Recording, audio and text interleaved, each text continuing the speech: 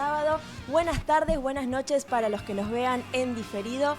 Bienvenidos a esta segunda entrega de El Régimen, segunda temporada y segundo golpe de estado. Hoy Fer no va a estar con nosotros físicamente, así que voy a estar a cargo de la conducción, pero lo voy a hacer con esta mesa impresionante que conforma El Régimen. Y acá como coconductor al argentino que menos durmió durante la última semana y que hoy pudo estar acá con nosotros en el estudio, Kevin Bryan. Como va? Bueno, yo contento de volver. La semana pasada estuve de manera virtual, pero bueno, contento de estar a pesar de las pocas horas de sueño, pero cubriendo todo, así que bueno. Buenísimo.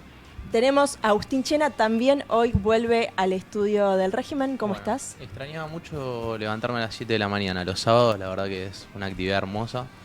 Sí, bueno, pero lo hago por ustedes, los extrañaba. Juan Augusto Rattenbach. Bueno, acá mate de por medio, como siempre, estando todos acá a tono. Y bueno, gustoso también de escucharlo a Fer desde el más allá, con su espíritu, que nos acompaña, que también trajo material para el programa de hoy. Así es. Fran Tayana, ¿cómo estás? Buenos días, ¿cómo va? ¿Todo bien? ¿Y vos? Muy bien, por suerte, muy contento de estar aquí nuevamente. Me alegra mucho. María Laura Civale. ¿Cómo están? ¿Todo bien? Qué Todo casualidad bien. Todos, ¿no? Con la camiseta. Somos un régimen, no vamos a dar explicaciones acerca de las diferentes opiniones expresadas en esta mesa. Bueno, también saludamos, agradecemos a Pablo Borda, que no puede estar hoy, pero que también forma parte de la mesa del régimen.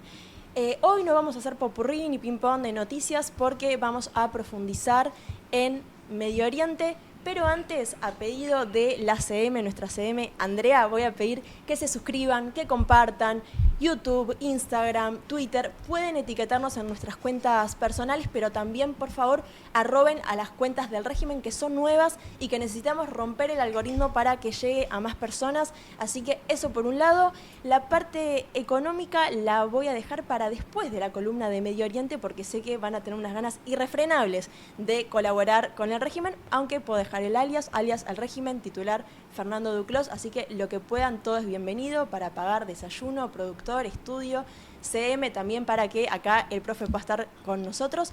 Así que, sin más, vamos a profundizar y va a arrancar Kevin a contarnos sobre esta situación que nos agarró medio de prepo el sábado pasado, el ataque de Estados Unidos e Israel a la República Islámica de Irán. Esa misma jornada nos enteramos del bombardeo de una escuela de niñas, donde murieron más de 150 niñas en manos de Israel y los Estados Unidos. Y horas más tarde nos enteramos del asesinato del ayatolá, el líder espiritual y político de la República Islámica, Ali Khamenei, y a partir de ahí los acontecimientos que Kevin nos va a contar. Bueno, tratar de sintetizar un poco lo que pasó en la última semana es una tarea un poco compleja por la cantidad de acontecimientos y por sobre todo la cantidad de actores involucrados, ¿no? Nos encontramos en un escenario en el cual lo que parecía ser una escalada quizás similar a la de la guerra de los 12 días el año pasado entre Israel, Estados Unidos y la República Islámica de Irán. Encontramos un conflicto en el cual acá aparecen involucrados muchos más actores, ¿no? Porque han sido receptores de ataques en bases estadounidenses, Emiratos Árabes, Kuwait, Qatar, etcétera. Cada uno por distintas razones. Siempre la razón que alegó Irán desde el inicio es son países que o han prestado su espacio aéreo para que los Estados Unidos puedan atacar a Irán, entonces esa es una de las justificaciones, y la otra es la presencia, por supuesto, de bases militares, lo cual no es nada nuevo. Digo, las bases militares estadounidenses en la región están en términos históricos. Si queremos pensar, las bases en Arabia Saudita están desde la Segunda Guerra Mundial.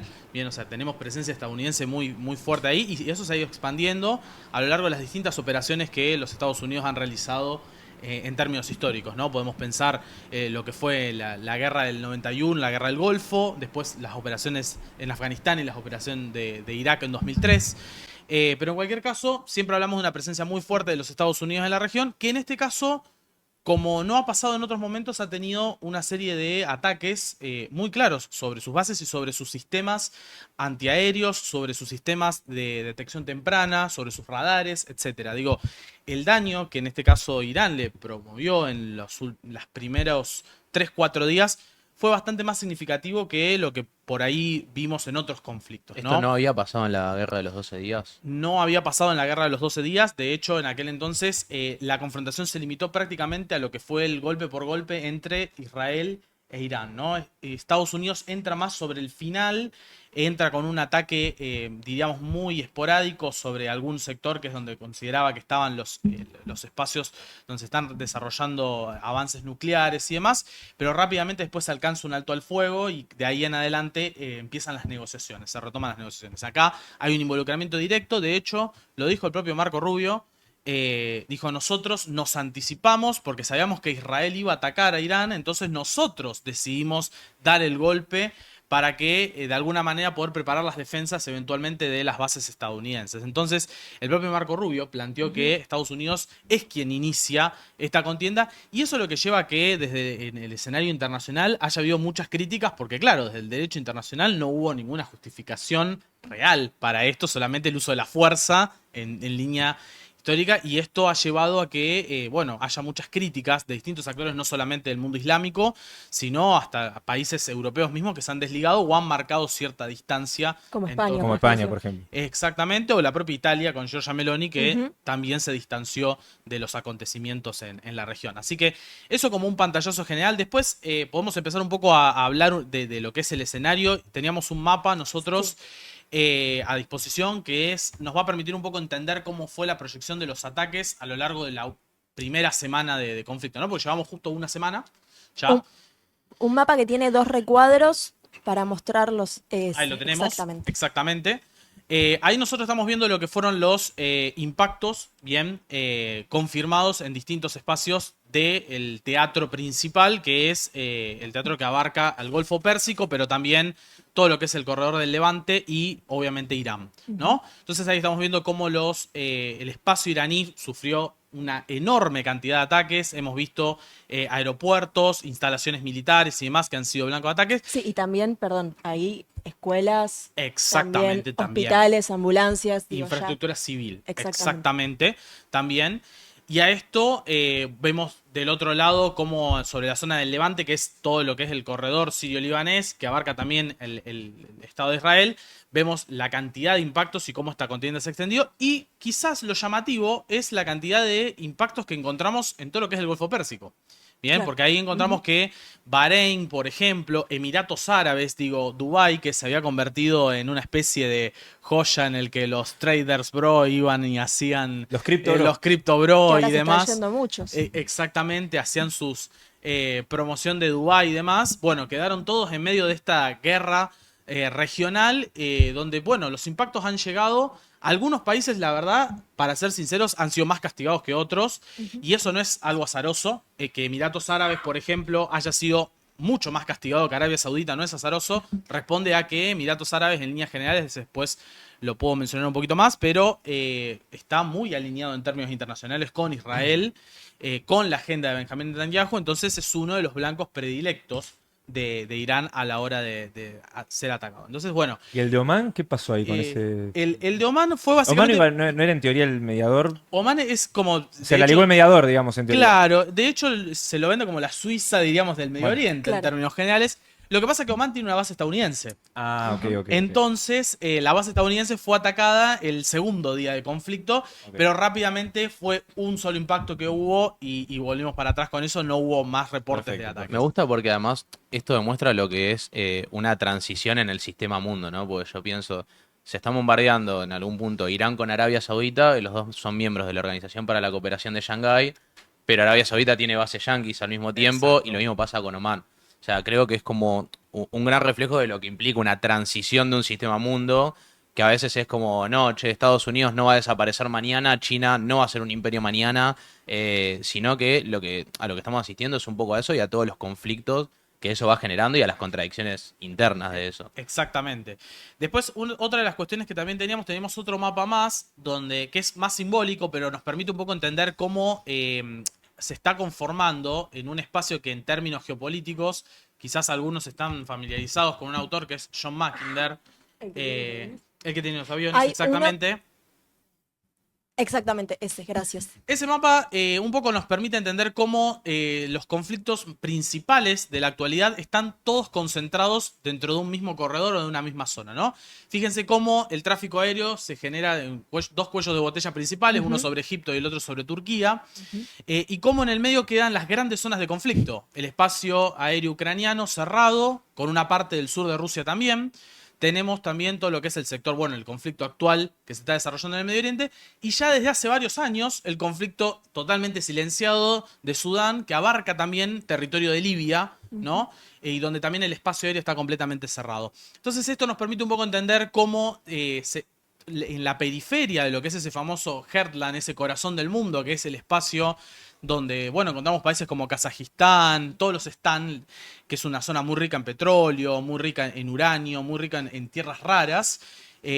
Todo lo que es la periferia de ese sector es donde se están desarrollando los conflictos y no parece algo azaroso, porque parte de lo que era la estrategia quizás comercial de China, por ejemplo, que era la ruta y franja de la seda, Claro. está totalmente dinamitada con todo lo que estamos viendo, ¿no? De Entonces, hecho, viendo esos mapas parecía que se están generando estrechos aéreos. exactamente. O sea, pasamos de los estrechos marítimos, tema que vamos a conversar después, a estrechos de los espacios aéreos a nivel mundial. Exacto. Justo traje mapitas de la ruta y franja de la seda después. Ah, para bien, ver. vamos- Sí, sí. vamos a Va a tocar el quedar tema. clarísimo.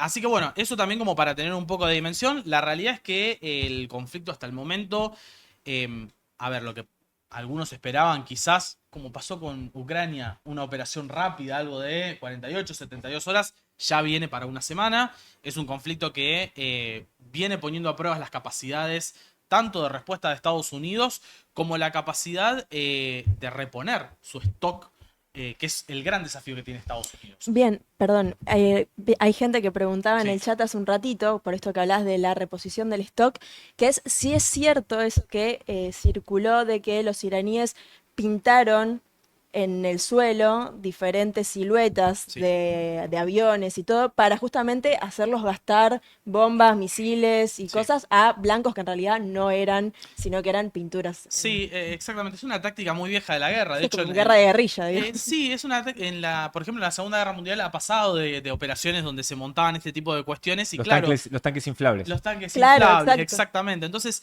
bueno, este tipo de operaciones que, claro, en la vorágine de el ímpetu que tenés de poder atacar al otro y demás, claro, hay cuestiones donde a veces se generan estos espacios y bueno, sí, la imagen de los espacios específicos que fueron atacados eran reales. O sea. Y puede ser que eso esté ligado con el hecho de que no desembarcaron territorialmente, sino que se están guiando solamente por las imágenes de satélite, Sí, digamos. en buena medida.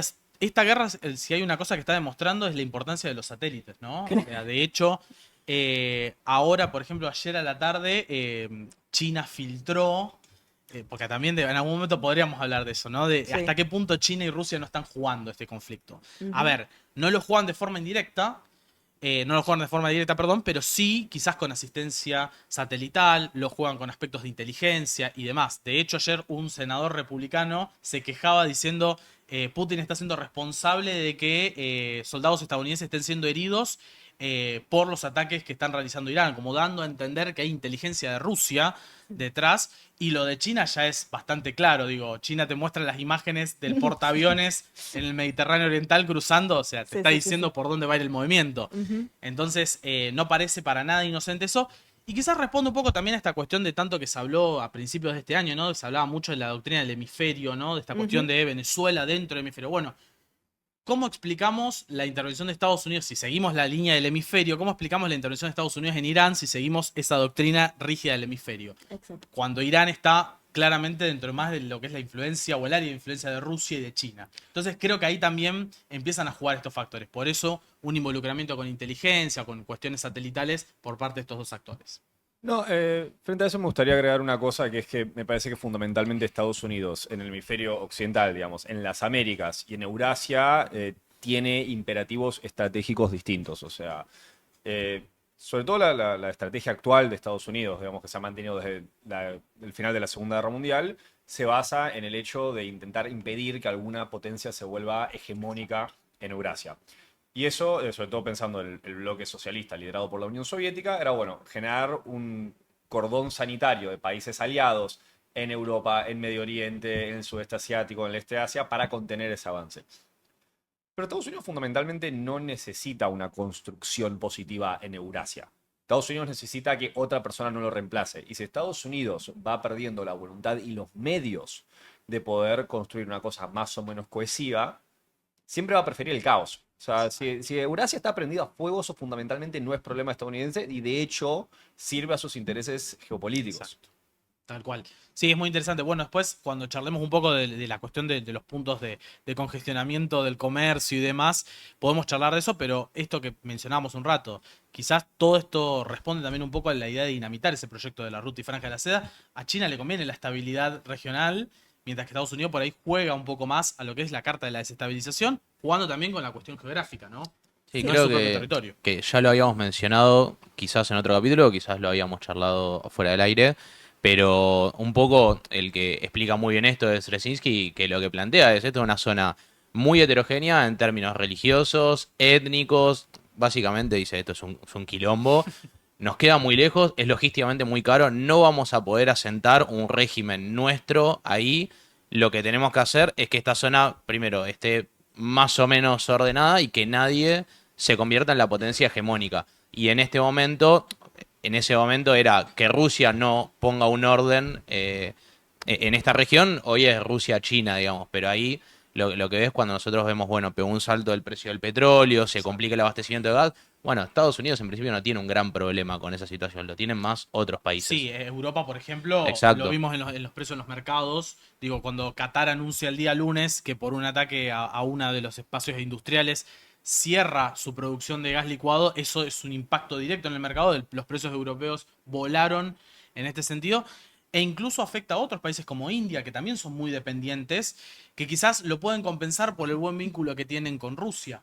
Claro. Por ejemplo, pero Europa queda en una encrucijada mucho más compleja porque por la situación de Ucrania no puede comprarle a Rusia, por lo menos no en términos legales. Siempre está la opción de la triangulación, que es lo que podría ser para un capítulo aparte. Sí, igual ahí también habría que aclarar una cosa que, a ver, en la geopolítica hay tiempos y cronogramas distintos. Una cosa son los intereses geopolíticos de Estados Unidos como potencia hegemónica en el mediano y largo plazo, pero también juegan los intereses políticos individuales, en este caso Donald Trump. Donald Trump Claro. enfrenta elecciones de medio término en noviembre. Donald Trump Exacto. quiere que esta guerra se termine lo más rápido posible para poder anotarse una victoria internacional que compense una serie de debacles internas que ha tenido. Exacto. Entonces, a medida que esto continúe, a medida que toda la disrupción en Medio Oriente tenga un impacto inflacionario sobre el precio del petróleo y por ende sobre todo el resto de los precios, la economía estadounidense lo va a empezar a sentir y eso se va a traducir en descontento político interno. Entonces, también la Casa Blanca está corriendo a contrarreloj acá. Exacto. Sí, eso es también. Trump volumen 2, empieza maga y termina neoconservador, pero queriendo resolver también la interna con la externa. Bueno, ayer en la Casa Blanca recibieron a Condoleezza Rice. O sea, reciben a funcionarios de Bush padre. We're O sea, so back. es como cuando. Voy a poner una referencia como cuando acá en el Los que 2001 están vivos. fueron a buscar a Caballo, literalmente. Sí, sí. Claro. Fueron a buscar esa solución.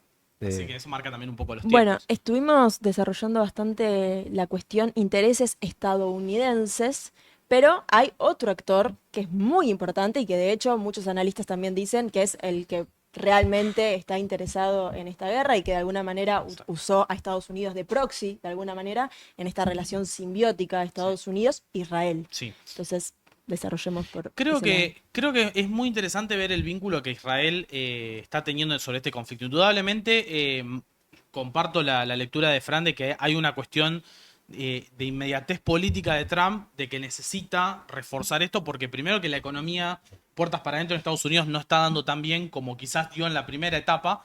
Digo, de hecho, ayer se publica que se han perdido un montón de puestos de trabajo en Estados Unidos, es decir, no están saliendo las cuestiones tan bien. Estuvo la cuestión del ICE también, que deterioró un poco la imagen a nivel interno. Entonces, bueno, siempre la solución a veces es la cuestión del conflicto y Estados Unidos tiene a veces esas capacidades. Creo que ante esta situación, Israel sí tiene una proyección mucho más clara, mucho más marcada. El proyecto de Netanyahu en la región es un proyecto que, como todo líder que lleva muchos años en el poder, se piensa a largo plazo. El proyecto de Netanyahu en este caso es un proyecto que contempla no solamente la presencia de Israel en el territorio, El gran Israel. el gran Israel, sino que aparte implica una subordinación de actores regionales que de alguna manera necesitan que no pueda existir ningún polo que pueda llegar a ser contrapeso. Hoy por hoy Irán es uno de esos contrapesos, ¿bien? Eventualmente, a mi entender, eso puede ir variando, pero siempre va a haber alguien que va a intentar ser el contrapeso y eso también nos lo adelantó el propio Netanyahu. Yo lo dije la semana pasada. Netanyahu identifica permanentemente distintos enemigos.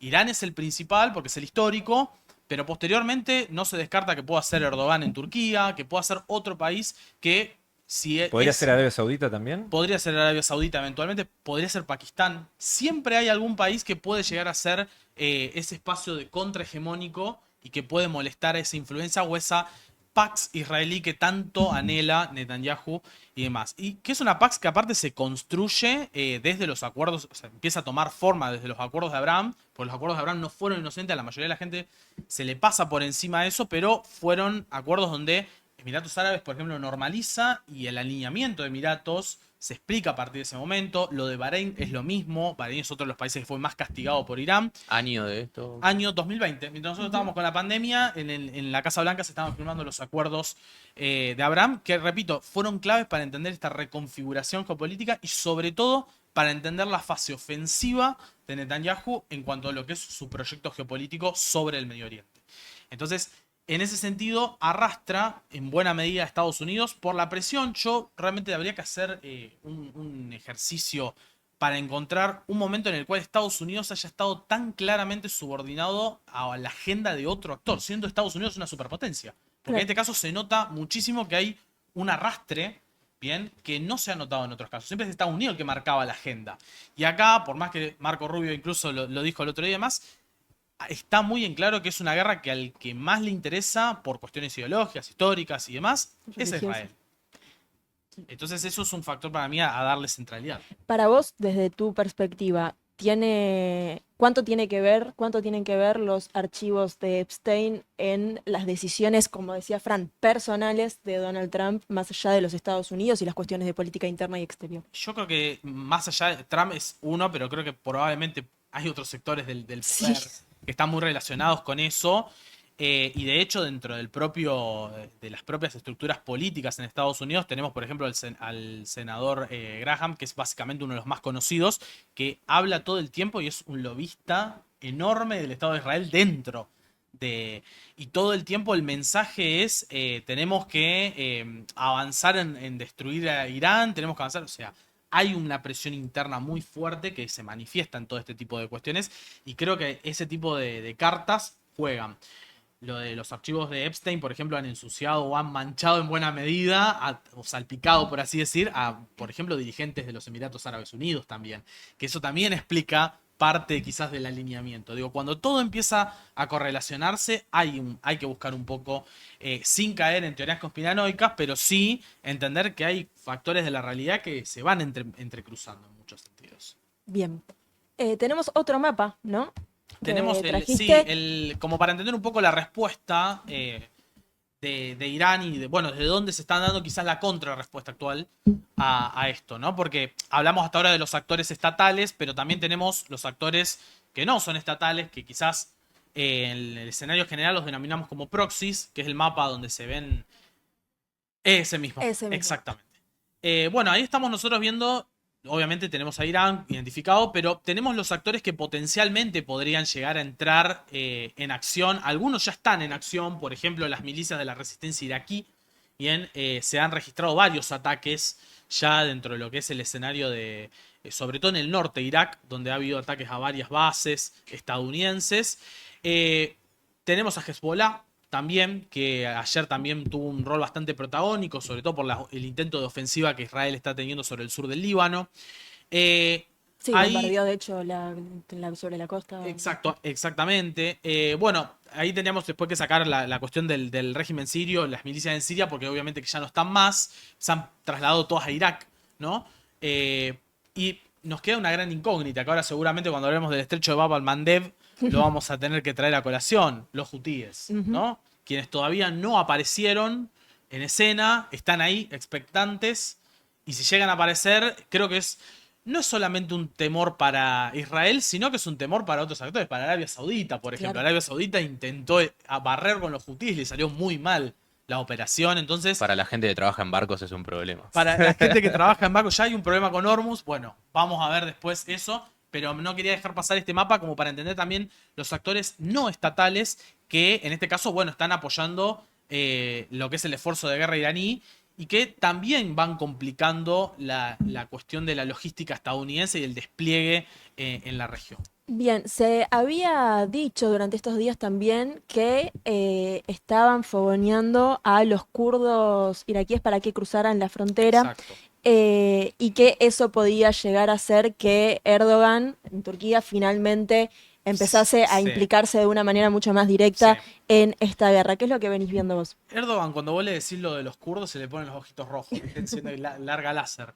Es muy interesante eso porque, de alguna manera, una de las cosas que se había mencionado, incluso lo levantaron varios medios, Axios, CNN, etcétera, habían dicho, ojo que se está empezando a montar lo que es una operación desde los kurdos en Irak, que cruzarían eventualmente, se juntarían con algunos kurdos que están en Irán y Claro, en el empezarían, Kurdistán claro, y empezarían lo que es un levantamiento general. Ahora, la realidad es que apenas salió eso, el primer espacio que salió es el histórico PKK, que está en Turquía, que salió a decirle a los kurdos, no pisen el palito con esto, ya les pasó en Siria. No pisen el palito con esto, quédense donde están. Y rápidamente salen los referentes de los dos principales partidos kurdos en Irak también, un poco a respaldar esa idea. Es decir, esta no es una guerra en la que los kurdos nos tengamos que meter, no es nuestro conflicto. Nosotros tenemos hoy un entendimiento con el gobierno iraquí. No queremos arrastrar a Irak a una guerra, porque eso también implicaría respuesta mucho más clara de parte de Irán. Y tampoco tenemos una relación de conflictividad con Irán. ¿Por qué? ¿En qué se justifica la relación de no conflictividad con Irán? Que cuando estaba Saddam Hussein en Irak, Saddam Hussein los perseguía bastante a los kurdos. Y cuando fue la guerra entre Irak e Irán, muchos kurdos se refugiaban en Irán. Entonces quedó como un cierto vínculo en ese sentido que hace que por lo menos los kurdos que están en Irak no estén manifestando en su mayoría un interés en participar de esto. Por supuesto que igual siempre puede haber... Bueno, recordemos, los kurdos son 30 millones de personas, Sí. más o menos, que se reparten entre Irán, Irak. Sí, Turquía y Siria. Turquía y Siria. Y en Siria vienen precisamente de dejarlos afuera de todo. Por eso. Exacto. Entonces está muy fresco ese recuerdo desde este mismo año. Y eso creo que un poco también gravita a la hora de ver si efectivamente se da un esfuerzo de los kurdos en sumarse a esta campaña que Estados Unidos está emprendiendo contra Irán. Y a eso además se le agrega otro dato interesante, que es que los kurdos no son árabes y no son túrquicos, de hecho son un pueblo iranio. Así como los iraníes son lo que antiguamente se llamaban los persas, los kurdos son los que antiguamente se llamaban los medos. Por lo menos eso es lo que dicen los kurdos. Después hay debates al respecto, Sí. pero esa es la mitología. Digo, de la misma manera que los azeríes de Azerbaiyán son Claro. túrquicos, al igual que los turcos de Turquía, los kurdos son iranios, al igual que los iraníes de Irán. No sé si juega, digamos, esa dimensión etnolingüística, pero creo que nuestros oyentes aprecian el dato. Sí, sí, Perdón, sí. y a nivel religioso, digamos, ¿cuál sería la religión predominante de los kurdos? O sea, se entiende la cuestión étnica y de pueblo, pero ¿son musulmanes? Sí, la mayoría son musulmanes. Hay una Hay línea, drusos también. sí, la línea predominante son musulmanes suníes de distintas variables, pero obviamente que hay un poco de todo.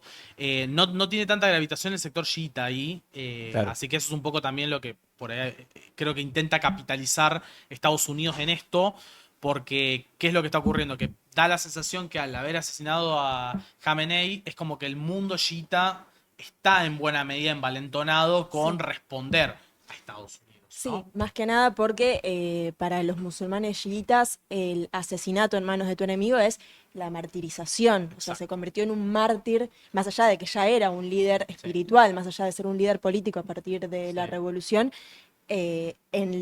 particularmente en la religión musulmana chiita, es muy importante el martirio, que es el Exacto. asesinato en manos de tus Y eso enemigos. explica, por ejemplo, que Bahrein, bien que es uno de los estados que fue atacado y demás, ¿qué particularidad se dio en Bahrein en los primeros días? Que se generó como una especie de levantamiento popular de los chiitas. Los chiitas en Bahrein son el 70% de la población. Pero la monarquía que gobierna es suní. Claro. Entonces están en minoría la monarquía. Pero, ¿qué pasa? Históricamente siempre tuvo un respaldo enorme de Arabia Saudita. De hecho, en 2011, cuando hubo un levantamiento también, Arabia Saudita jugó un rol fundamental en aplacar y en reprimir esas protestas. Y los chiitas eso lo tienen muy presente. Por lo cual, ante esta situación que ocurrió, los chiitas de distintos espacios están movilizados claramente frente a lo que es esta ofensiva estadounidense en la región. Bien, tenemos, hoy Fer no está con nosotros físicamente, pero nos dejó un videíto, vamos a hacer un paréntesis cultural. Él estuvo viviendo allá 3 meses, hace un par de años, y nos dejó una grabación, ya que no podía venir, para contarnos un poco sobre la sociedad iraní, más allá de esta guerra, más allá de estas cuestiones actuales y también históricas de la situación con Israel y con la región. Así que vamos a poner el video de Fer. Sí, gracias. Tuve la suerte, el honor, el enorme privilegio de estar 3 meses en Irán. No me quería ir. Extendí la visa 2 veces, la visa original de 30. Es el país que más disfruté en mi vida por la hospitalidad y calidez de su gente. De los 90 días creo que pagué hospedaje en 2. La gente se peleaba por hospedarme, por invitarme a comer. Estuve en cientos de casas de familia. Tuve 25 cenas con 25 personas, el vecindario entero que venía a cenar conmigo.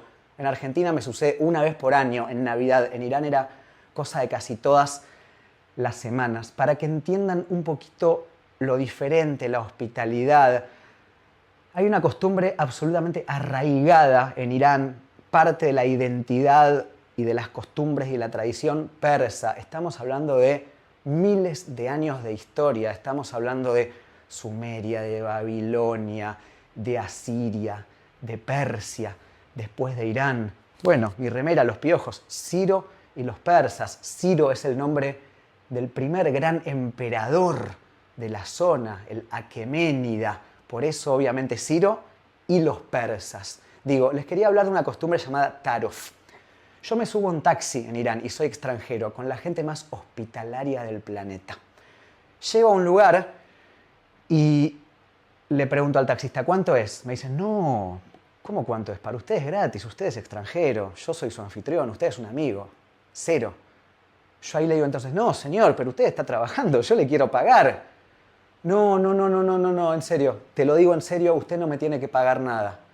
No, pero ¿cómo? ¿Usted es taxista? Bueno, así podemos estar 3, 4 veces hasta que finalmente el taxista me va a decir, ok, son 10, entonces yo le voy a pagar los 10 que son. Desde el primer momento que él me ofreció viajar gratis, él ya sabía que yo no iba a aceptar.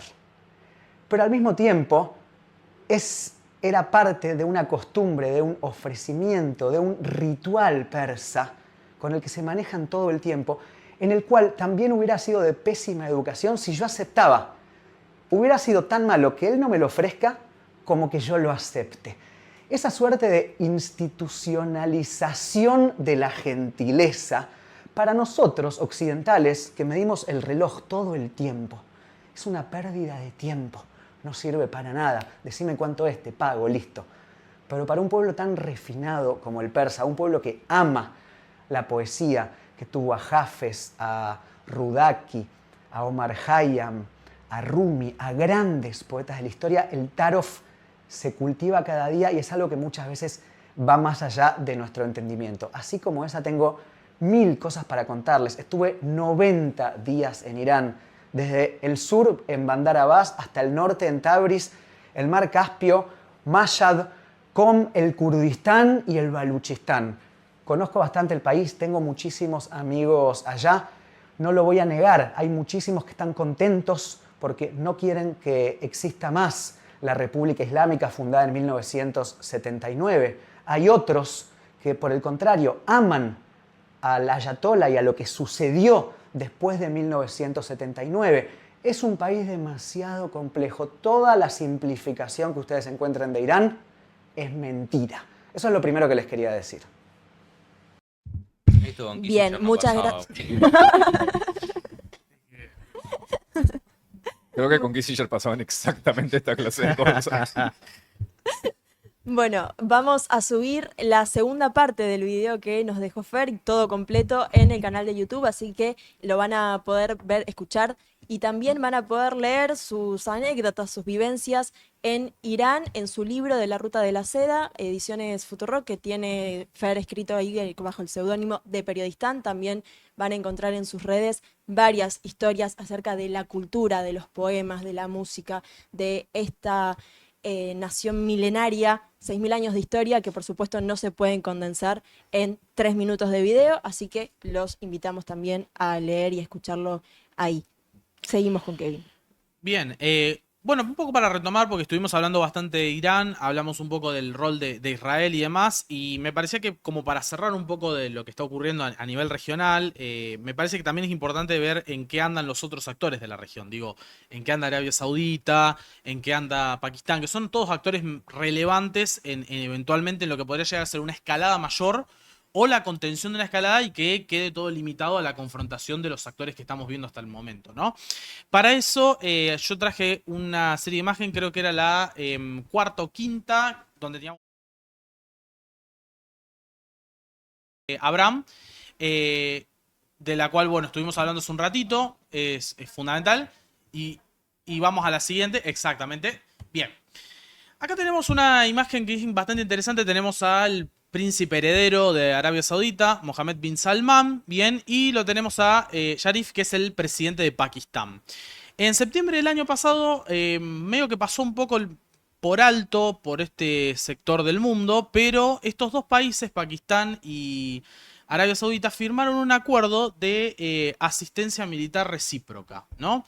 Eso significa, poniéndolo en muy pocas palabras, que si alguien ataca a Arabia Saudita, por tener este acuerdo, de alguna manera puede solicitar la ayuda inmediata de Pakistán, ¿no? Y viceversa, ¿no? Porque es un acuerdo de reciprocidad.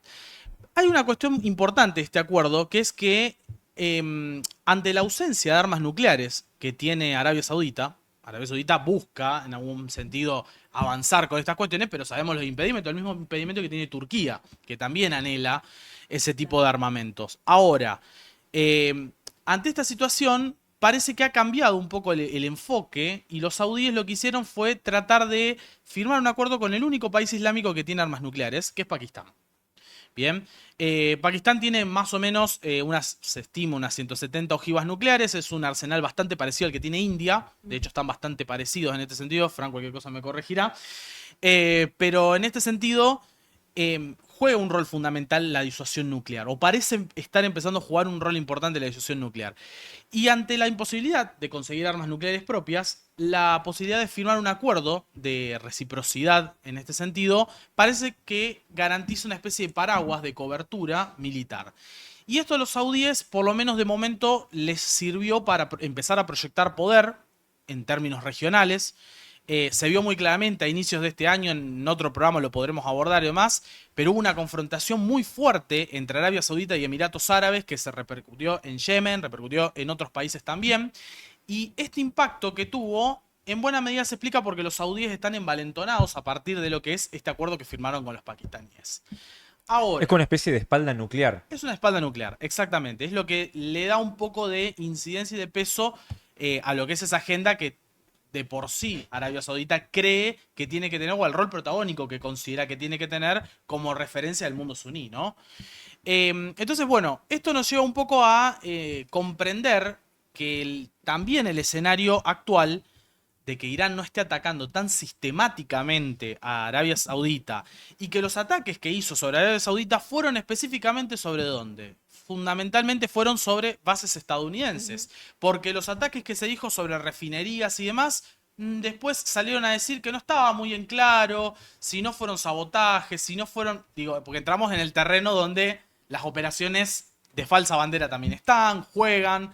Y en este contexto de redes sociales está y muy difícil. Digamos. Exactamente. Más Entonces, la inteligencia artificial. más la inteligencia artificial, más un montón de factores, por lo cual la realidad es que de momento, incluso ayer mismo el ministro de Defensa saudí dijo, esperamos que Irán siga manteniendo la precisión de los ataques, ¿no?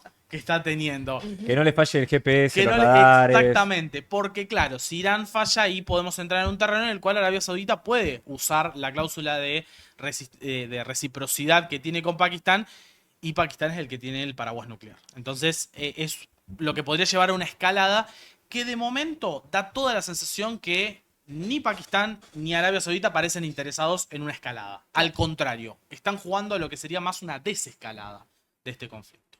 Sí, no, a eso me gustaría agregar también que hay un tema con las armas nucleares, ¿no? Que también son armas, por cuestiones obvias, muy difíciles de usar. Pensemos que han habido numerosos conflictos involucrando potencias nucleares, peleándose entre sí y otros países no nucleares peleándose con potencias nucleares, y la realidad es que desde Hiroshima y Nagasaki, que nunca más se volvieron a utilizar. Nosotros tuvimos una guerra contra el Reino Unido, no nos tiraron una bomba atómica. Estaban Estaban en pero el no las usaron. Atlántico Sur. Pero no Casi se animaron. detona una, pero bueno, no importa. Otro día lo charlamos. Otro día lo charlamos. Vos y yo tenemos que charlar bastante de eso. Retomaremos la conversación en otro momento. Al-Qaeda atacó a Estados Unidos. Estados Unidos no responde con una bomba atómica en Afganistán. Mismo caso de Israel, y podemos mencionar varios más. Claro, Pakistán también en medio de todo esto está con su propia guerra en Afganistán contra el gobierno de los talibanes. Exacto. Entonces creo que tampoco, todo este conflicto también... A ver, las guerras a veces te agarran un poco en offside. Bueno, no es el momento ideal para que Pakistán se vaya involucrado con Irán, además en una frontera particularmente sensible de Pakistán, que es Balochistán. Sí. Bueno, mencionaste Pakistán-India. Han tenido numerosas guerras, siendo ambas potencias nucleares, y a la hora de la hora, por ahora, y gracias a Dios, nunca mantiene. la han utilizado. Entonces sí, creo que el paraguas nuclear es muy bueno ante la amenaza de que alguien te invada y te conquista, plan Segunda Guerra Mundial. Ahora, si te tiran un par de misilazos acá y allá, si te destruyen un par de cosas, ¿vas a responder con una bomba? ¿Vas a volar Vas a Teherán jalar, con una bomba claro. atómica? Sí. Coincido, bueno, de hecho India y Pakistán fueron protagonistas el año pasado de una nueva confrontación entre sí, de las tantas que han tenido.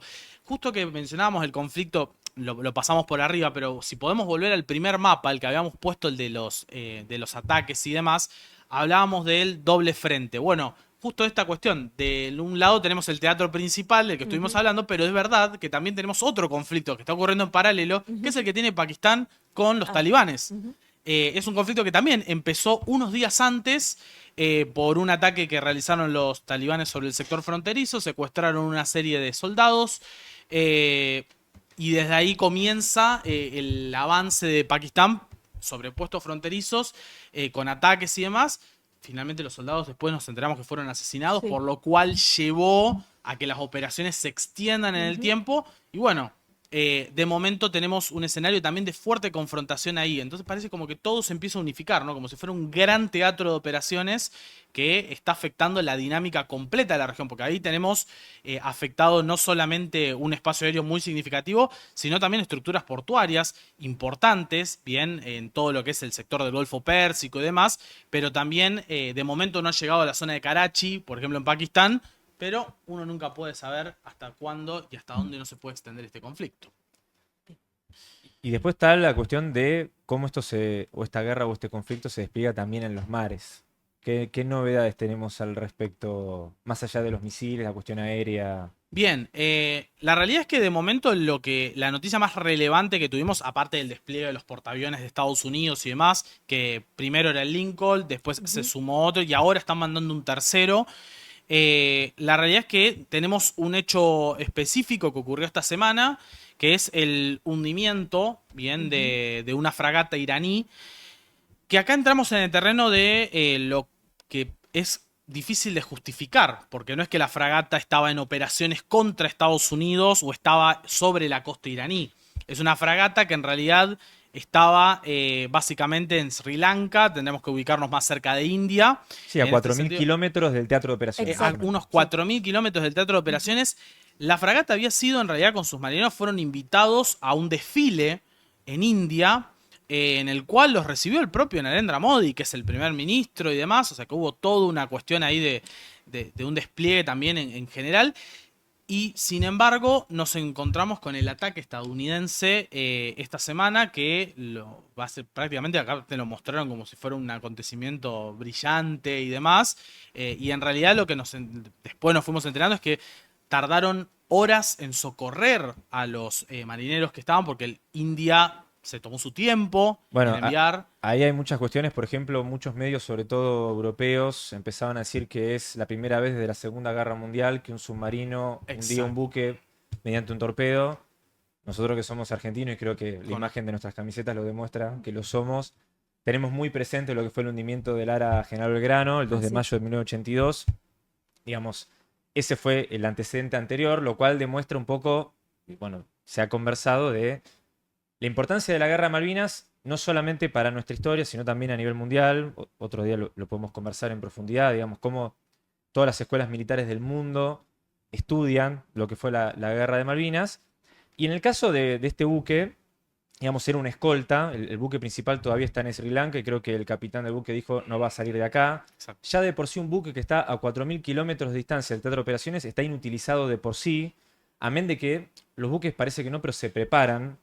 Digamos, en el caso de esto que eran ejercicios civiles o casi una especie de desfile naval, no estaba preparado para un conflicto armado. Imaginemos ese buque queriendo trasladarse o navegar en dirección hacia Irán. Sería muy fácil de interceptar. Exacto.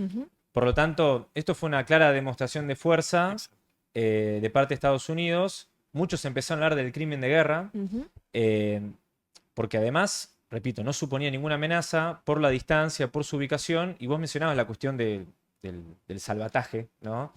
Que también se analiza mucho cuando fue el hundimiento del Ara General Belgrano.